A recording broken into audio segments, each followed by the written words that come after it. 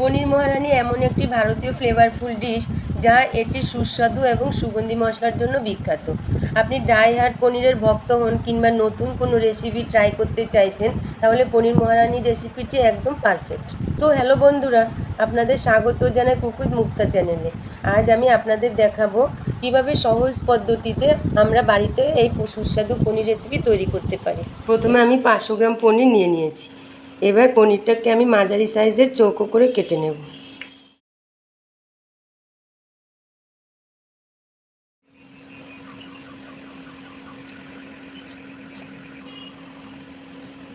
এবার আমি কেটে রাখা পনিরগুলোর মধ্যে সামান্য লবণ আর একটু চিনি আমি মেখে রাখছি। মেখে 10 মিনিট রেখে দেব,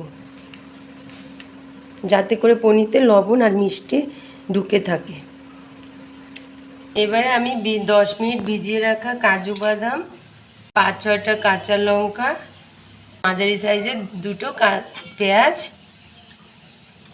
আর সামান্য জল দিয়ে মিক্সারে একটা স্মুথ পেস্ট বানিয়ে নেব।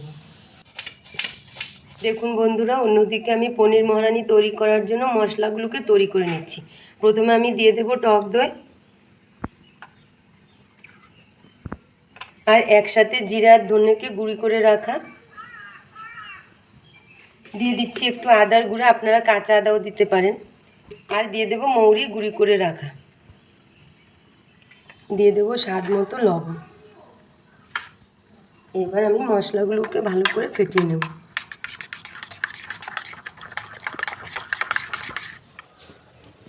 পরিমাণ মতো তেল দিচ্ছি,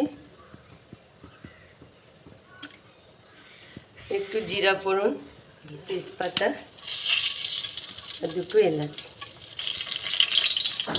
এবার বানিয়ে রাখা কাজু বাদাম আর পেঁয়াজের পেস্টটা আমি দিয়ে দিচ্ছি।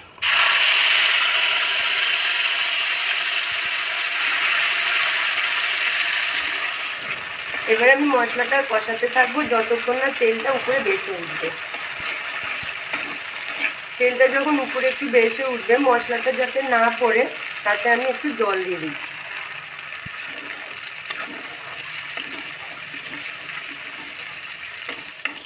এবার আমি একটু গোলমরিচের গুঁড়া দিয়ে দেব আর দিয়ে দেবো একটু গরম মশলার গুঁড়া। ভালো করে কষাতে থাকবো।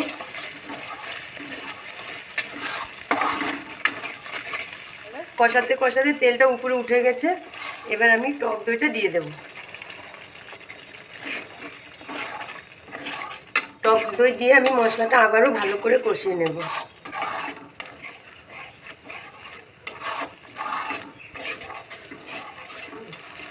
এবার আমি 1 টেবিল চামচ ঘি দিয়ে দিচ্ছি।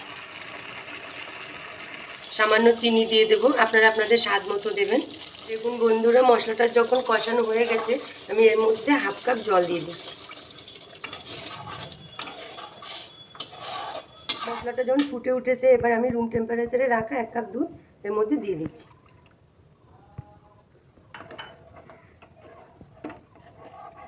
এবার দেখুন আমার মশলাটা যখন ফুটে উঠেছে, এবার আমি একে একে মেখে রাখা পনিরটা দিয়ে দেব।